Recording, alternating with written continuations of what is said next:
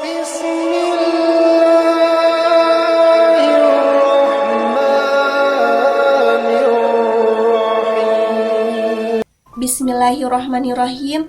Assalamualaikum warahmatullahi wabarakatuh. Pernahkah mendengar ungkapan kecil dimanja, muda poya-poya, tua kaya raya, mati masuk surga? Atau ungkapan udahlah masa muda ini senang-senang aja dulu, nikmatin masa muda aja dulu? Sering kan mendengar perkataan seperti itu teman-teman sekalian? Salahkah ungkapan ini? Tentu salah. Mengharap masuk surga tapi tanpa amal solih. Bagaimana bisa sahabat-sahabat semua? Waktu begitu cepat berlalu. Di usia muda ini justru saatnya engkau banyak beramal solih. Kenapa?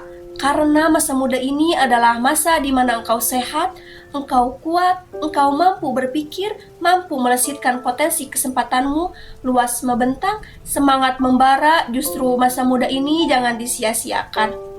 Sampai semua betapa banyak orang-orang yang kemudian menua dan akhirnya menyesal. Menyesal kenapa dulu di masa muda tidak beramal soleh. Ya, itulah manusia.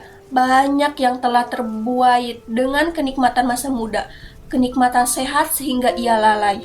Padahal setiap nikmat yang Allah berikan kepadanya nanti akan ditanyakan oleh Allah Subhanahu wa taala. Dalam surat Takasur ayat ke-8 Allah Subhanahu wa taala berfirman, A'udzubillahi minasyaitonirrajim, summa latus'alunna yaumaidin 'anin na'im. Kemudian kamu pasti akan ditanya tentang kenikmatan yang kamu bermegah-megahan di dunia itu. Sahabat semua, maka sadarilah mengenai hakikat waktu, bahwa waktu itu telah berlalu. Waktu itu telah berlalu, tidak mungkin kembali lagi. Ada ungkapan waktu adalah napas yang tidak mungkin kembali. Jadi hendaknya kita semua, khususnya para pemuda, sadar bahwa waktu merupakan sesuatu yang sangat berharga untuk kita. Sangat disayangkan kalau waktu berlalu begitu saja, tanpa digunakan untuk melakukan ketaatan, beribadah kepada Allah Subhanahu wa taala. Ia memberikan banyak sekali nikmat kepada kita. Teman-teman, ketahuilah, di satu sisi waktu juga seperti pedang. Imam Syafi'i pernah mendapatkan pelajaran dari seorang sufi. Seorang sufi itu menasihati Imam Syafi'i seperti ini kalimatnya, ketahuilah bahwa waktu laksana pedang. Jika engkau tidak menggunakannya, maka ia yang justru akan melepasmu dan dirimu jika tidak disibukkan dalam kebaikan. Pasti engkau akan disibukkan dengan hal-hal yang disia-siakan. Jadi wajar kalau kita lihat anak-anak muda yang sibuk melakukan maksiat, yang sibuk melakukan hal-hal yang dibenci oleh Allah, sebab dia melakukan atau disibukkan dengan amal-amal baik. Tapi kalau dia udah disibukkan dengan amal-amal baik, amal-amal solih, remaja masjid misalnya aktif dalam organisasi, aktif dalam kegiatan relawan misalnya, maka dia tidak punya waktu untuk mendapatkan amalan yang sia-sia. Dan kita lihat di zaman yang sekarang ini teman-teman sekalian, kita akan banyak melihat banyak orang yang menyia-nyiakan waktunya, menyia-nyiakan umurnya dengan perbuatan yang sia-sia. Kebanyakan mengisi waktunya dengan maksiat, lalai dari ketaatan dan ibadah kepada Allah, gemar melakukan perbuatan yang tidak ada manfaatnya.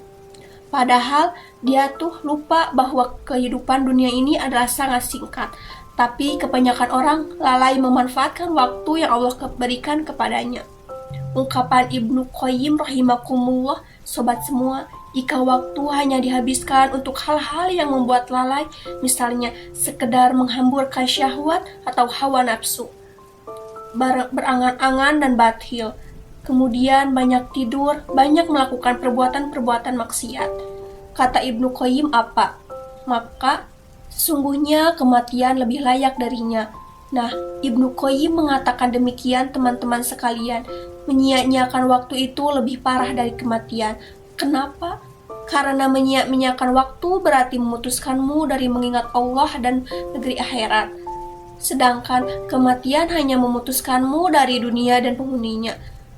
Kita ingat dari nasihat Allah Subhanahu wa taala, beliau bersabda, Kedua kaki seorang anak hamba tidaklah beranjak pada hari kiamat hingga ditanya mengenai umurnya, di manakah ia habiskan, ilmu yang engkau punya di mana engkau amalkan, harta bagaimana engkau peroleh dan bagaimana engkau menginfakkannya, dan mengenai tubuhnya, di manakah usangnya.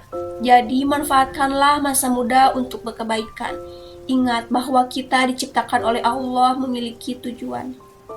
Sekian ceramah dari saya. Wassalamualaikum warahmatullahi wabarakatuh.